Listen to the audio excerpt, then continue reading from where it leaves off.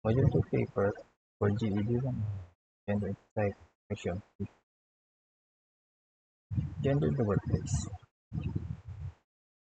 Our agenda for this GAD talk or gender development is about gender in the workplace.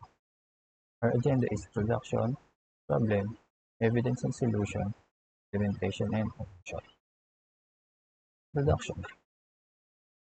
First, good morning to all. My name is Chester Glenn D. Paredes, student of Dr. J.C. Castillo of GED 1 Gender Society, Section 85. Today, I'd like to talk to you about a critical issue that affects us all from the past years and up to this day, which is still a recurring issue, the gender inequality in the workplace. This has been a problem for far too long, and I think it's time for us to address it and to set it straight. Problem. Despite having the same qualification, a man is more likely to be hired and offered a higher starting salary and, of course, a higher position. This is not a hypothetical case, but it is the reality that can be seen in workplaces and can be seen every day. An example of this is, let's say we have two applicants, a man and a woman, who is applying for a managerial position. Let's say they have the same qualifications and qualifications they have are all the same. Between the two, the man has a higher chance of being hired for the managerial position, and the woman would end up being his secretary. That is the inequality that we are tackling about this topic. On the recurring problem,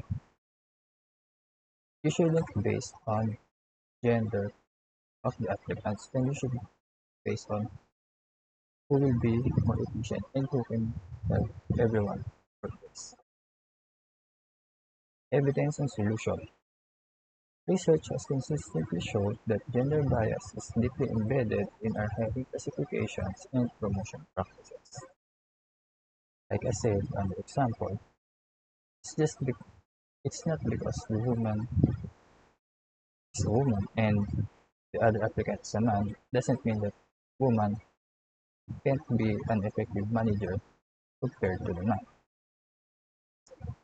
Women are often seen as less capable, less ambitious, and less in leadership positions, even though they yield the same results as men.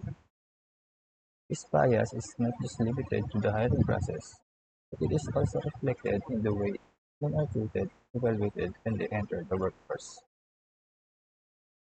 The solution that can be done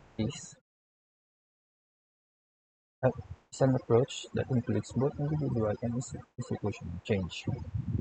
First, we must recognize and face the prejudices. We all have unconscious biases that shape our perceptions and decisions, so we should look further into the character of the person and not just based on their appearance. And it is vital that we become aware of them and work to overcome them.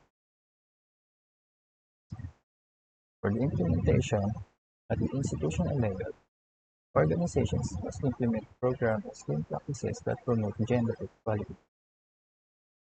This includes things like blind hiring processes, salary transparency, and mentoring programs that support the career development of women and other underrepresented groups, mainly in this course, LGBT plus. Let's be honest, LGBT community is being discriminated everywhere, even in the workplace. By creating a more level playing, we can ensure that everyone has equal opportunities to be successful. For conclusion, ultimately, addressing gender inequality in the workplace is not only the right thing to do, but it is also vital to our economic and social development. When we empower women and other marginalized groups, we unlock a wealth of talent and creativity that can drive innovation and prosperity for all. So let's commit to making this change one task at a time. Thank you.